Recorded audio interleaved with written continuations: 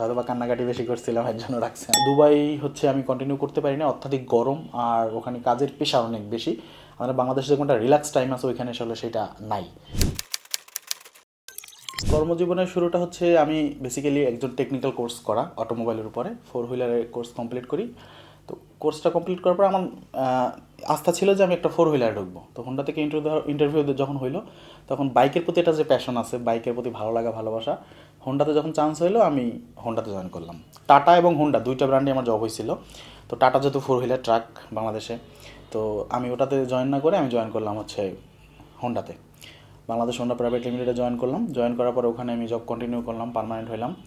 তো ওইখানে আমি 4 বছরের মতো মোটামুটি কোয়ালিটি কন্ট্রোল ডিপার্টমেন্টে জব কন্টিনিউ করলাম। এটা ছিল আমার কর্মজীবনের শুরু, বিশেষ করে প্রফেশনাল জব যদি বলি।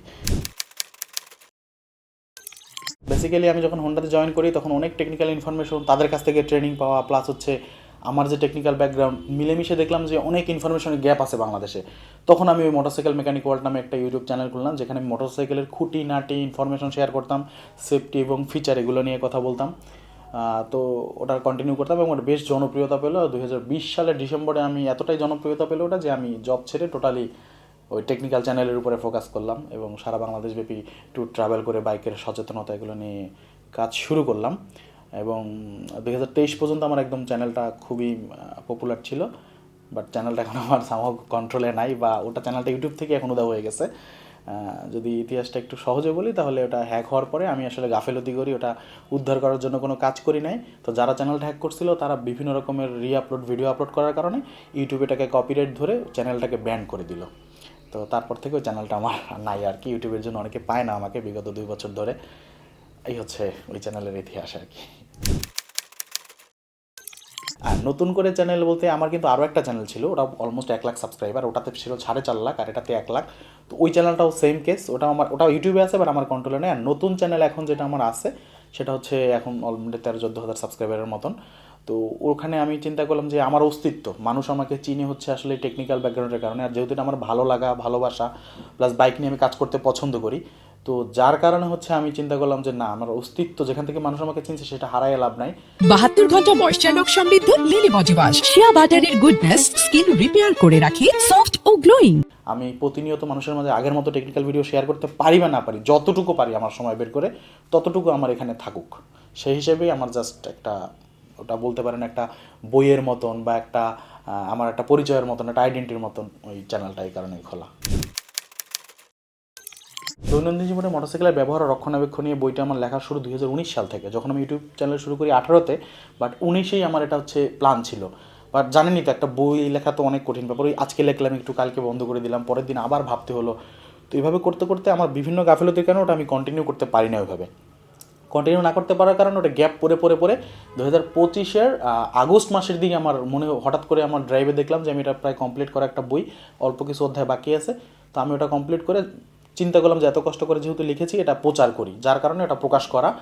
এবং ওইটা মূলত আরও অনেক বড় ছিল, অনেক টেকনিক্যাল ব্যাকগ্রাউন্ড ছিল, বাট আমি ওখানে কেটে ছেটে এমন কিছু সহজ বিষয় রাখছি যে দৈনন্দিন জীবনে একটা সাধারণ মানুষের যে কোনো পেশার হতে পারে, সে তো আর বাইক সম্পর্কে আইডিয়া রাখবে না। একজন ডক্টর, সে সারা জীবন ডক্টরি করার পর তো বাইক সম্পর্কে তার আইডিয়া রাখবে না, কিন্তু সে যাতে একটা বাইক ব্যবহার করতে গেলে বেসিক একটা নলেজ পায় এক নজরে একটা বই দেখার কারণে, সে সেফটি ফিচার সম্পর্কে জানতে পারলো অথবা নিরাপদ রাইডিং সম্পর্কে জানতে পারলো। তো মোটামুটি একটা বেসিক আইডিয়া জাস্ট, এই কারণে বইটা প্রকাশ করা।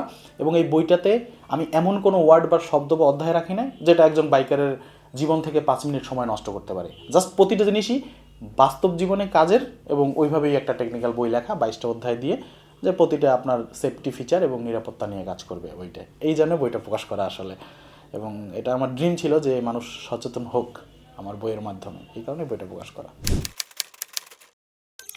যে আমার প্ল্যান ছিল আমি আসলে বাইক নিয়ে ওয়ার্ল্ড ট্যুর করবো। এখন আমরা সকলেই জানি বাংলাদেশের সার্বিক পরিস্থিতি, আমি তো বাংলাদেশের 64 জেলায় আমার ঘোরা। তো আমি চাচ্ছিলাম যে বাংলাদেশ থেকে বারবার অন্য একটা দেশে গিয়ে ঘুরে আসাটা অনেক অর্থের ব্যাপার, এটা সম্ভব না আসলে আমি যে ধরনের আমার ইনকাম সোর্স। তাহলে আমি যদি একটা দেশের বাইরে গিয়ে সেখানে কাজ করি, সেই কাজের কিছু টাকা আমি আবার অন্য একটা দেশে ঘোরার পিছনে ইনভেস্ট করি, আবার সেখান থেকেও কিছু আসলো। এইভাবে আমি চাচ্ছিলাম যে ট্যুর ট্রাভেলটা কন্টিনিউ করতে। বাট দুবাই হচ্ছে আমি কন্টিনিউ করতে পারি না, অত্যাধিক গরম, আর ওখানে কাজের প্রেশার অনেক বেশি। আমাদের বাংলাদেশে যেমনটা রিল্যাক্স টাইম আছে ওইখানে আসলে সেটা নাই। তার মানে আমি যে ড্রিম নিয়ে আসলে দেশের বাইরে পাড়ি জমানো, সেটা আসলে ওখানে সম্ভব হচ্ছিল না এবং অত্যাধিক গরমের কারণে আমি আবার দেশেই ব্যাক করি এবং দেশেই বিজনেস শুরু করি। এখন এই বাইসেল এক্সচেঞ্জ নিয়ে কাজ করতেছি বাইকের, এবং এটা নিয়ে আমার কোনো টেকনিক্যাল শোরুম নাই বা টেকনিক্যাল শপ নাই বা সার্ভিস সেন্টার নাই, বাট আমি শুধুমাত্র বাইক নিয়ে কাজ করি, যে ব্র্যান্ড নিউ বা সেকেন্ড হ্যান্ড বাইক পেলে ওগুলো কিনি এবং সেগুলো বিক্রি করি। এই হচ্ছে আপাতত আমার বিজনেস এবং এটাই আমার মেইন ইনকাম সোর্স এখন। প্রথমে যদি বাইকিং কমিউনিটি নিয়ে বলি, তাহলে বাংলাদেশে আসলে বাইকিং কমিউনিটির কিছু কিছু কমিউনিটির অনেক বড় অবদান আছে দেশের সেফটি এবং নিরাপত্তা নিয়ে কাজ করার ক্ষেত্রে। বাট একটা ব্যাপার হচ্ছে যে আমাদের ভিতরে কিছু ভুল বোঝাবুঝি, কিছু ভ্রান্ত ধারণাও আছে তার পাশাপাশি, এটা প্রকাশ করতেই হবে যেটা সত্য। সেটা হচ্ছে যে কেউ একটা বাইকের পক্ষে, কেউ একটা বাইকের বিপক্ষে, বাট সেটা নিয়ে আমরা আমাদের নিজেদের নিরাপত্তাটাকে হুমকির মুখে ফেলতেছি। আমাদের সকলের উচিত যে এমন একটা বিষয় নিয়ে কাজ করা যে আমরা একটা আমরা এই কমিউনিটিতে আসি, এই কমিউনিটিটা হচ্ছে আমাদের নিরাপত্তা নিয়ে কাজ করবে, বাইকারদের সার্বিক বিষয় আশয় নিয়ে কাজ করবে, এবং আমরা যেন সুষ্ঠু সবলভাবে যারা বাইক ভালোবাসি, বাইকটাকে দৈনন্দিন কাজে ব্যবহার করি, তারা যেন সমস্ত সুবিধাটা থেকে পাই, সার্ভিসটা পাই, প্লাস হচ্ছে নিরাপত্তার সাথে আমরা বাইকটা চালাতে পারি এবং ফ্যামিলির কাছে ফিরতে পারি। বাট এই জন্য বাইকিং কমিউনিটির কারো কারো ক্ষেত্রে বেশ বড় অবদান আছে। আমরা দেখেছি সচেতনতার একটা গত বছরে আমাদের যে নিরাপদ সড়ক আন্দোলনে বাইকারদের বিশেষ অবদান। তো এই অবদানগুলো বাইকারদের কমিউনিটির জন্য খুবই প্রশংসার দাবিদার। পাশাপাশি হচ্ছে কোম্পানি ভিত্তিক যে এক একজনের ভালোবাসা, আমি এই কোম্পানির বাইক পছন্দ করে দেখে অন্য কোম্পানিকে হেয় প্রতিপন্ন করা, এই জিনিসটা ঠিক তারই উল্টা। আমি বাইকিং কমিউনিটির প্রতি এর জন্য আমাদের একটা বিষয় জানানোর থাকবে যে আসলে মিলেমিশে দেশের প্রতি এবং আমরা যারা বাইকার আছি বাইকারদের প্রতি আসলে সাধারণ সমস্যাগুলো নিয়ে কাজ করা এবং মিলেমিশে কাজ করা, যাতে আমরা নিরাপদে নির্বিঘ্নে বাইক রাইড করতে পারি এবং সার্ভিসটা পেতে পারি।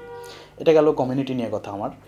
আর যদি আমি বলি বাইকিং কোম্পানিগুলো নিয়ে, তাহলে আমি বলবো যে বর্তমান এই ঊর্ধ্বমূল্যের বাজারে আমরা যে বাইকগুলো পাচ্ছি, আমরা সকলেই অনেক পরিশ্রমের টাকা দিয়ে বাইকগুলো কিনে থাকি।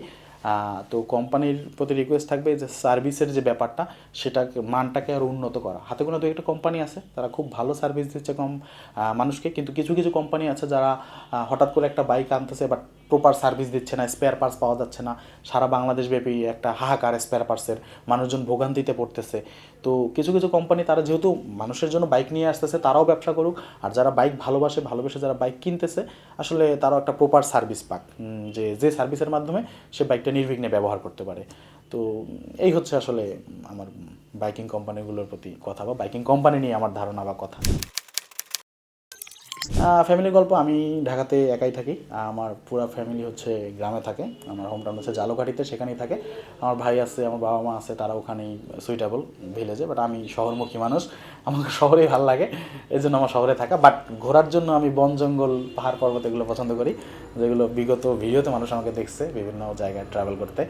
পাহাড়ি মানুষ, পাহাড়ি এলাকা বা যেটাকে বলে প্রান্তিক এলাকা, এই জায়গাগুলোতে আমার খুব ভ্রমণ করতে ভালো লাগে। বাট আমি শহরেই বসবাস করি আর কি।